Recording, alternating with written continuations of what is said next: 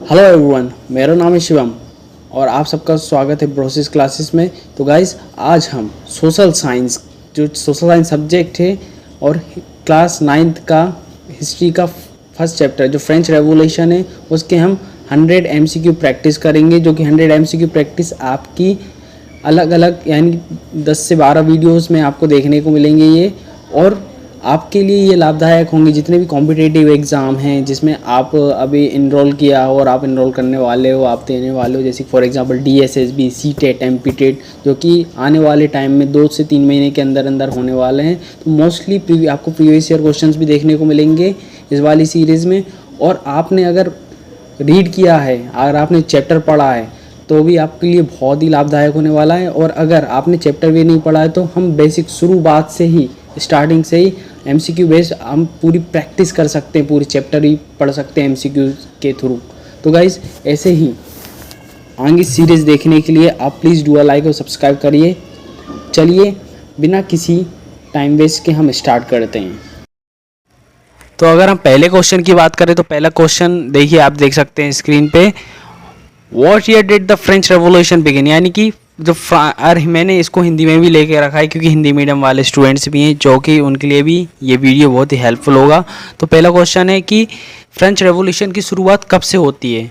तो French revolution की शुरुआत 1789 से होती है। कब से होती है? 1789 से होती है फ्रेंच रेवोल्यूशन की शुरुआत। अगर हम नेक्स्ट क्वेश्चन की बात करें तो what was the name of the French king at the start of the revolution?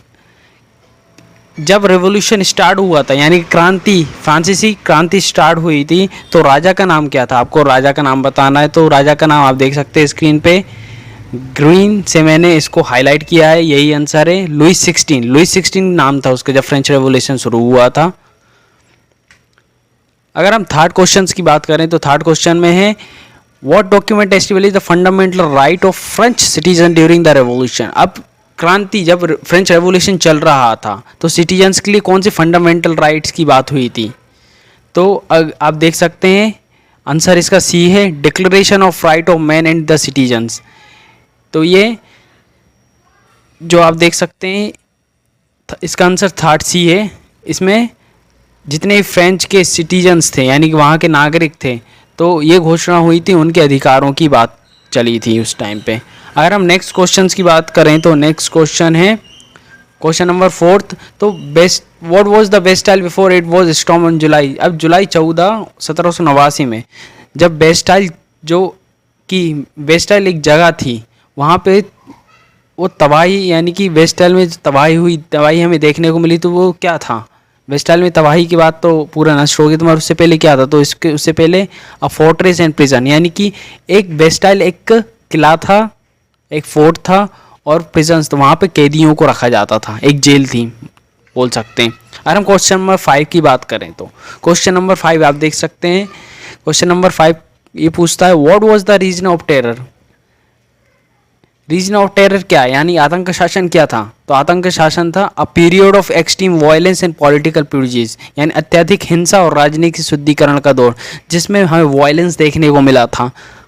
अब नेक्स्ट क्वेश्चन की बात करें इसी से related, who was the leader of Jacobin during the reason of terror? जब रीजन ऑफ टेरर चल रहा था यानी आतंक के शासनकाल के दौरान जैकोबिन्स का नेता कौन था, यानी कि लीडर कौन था? अगर हम बात करें तो आप देख सकते हैं आंसर, इसका आंसर सी है, मैक्सिमिलियन रॉबेस्पेरी। क्या? मैक्सिमिलियन रॉबेस्पेरी, जिसने जैकोबिन क्लब की शुरुआत की थी फ्रेंच रेवोल्यूशन के समय पे।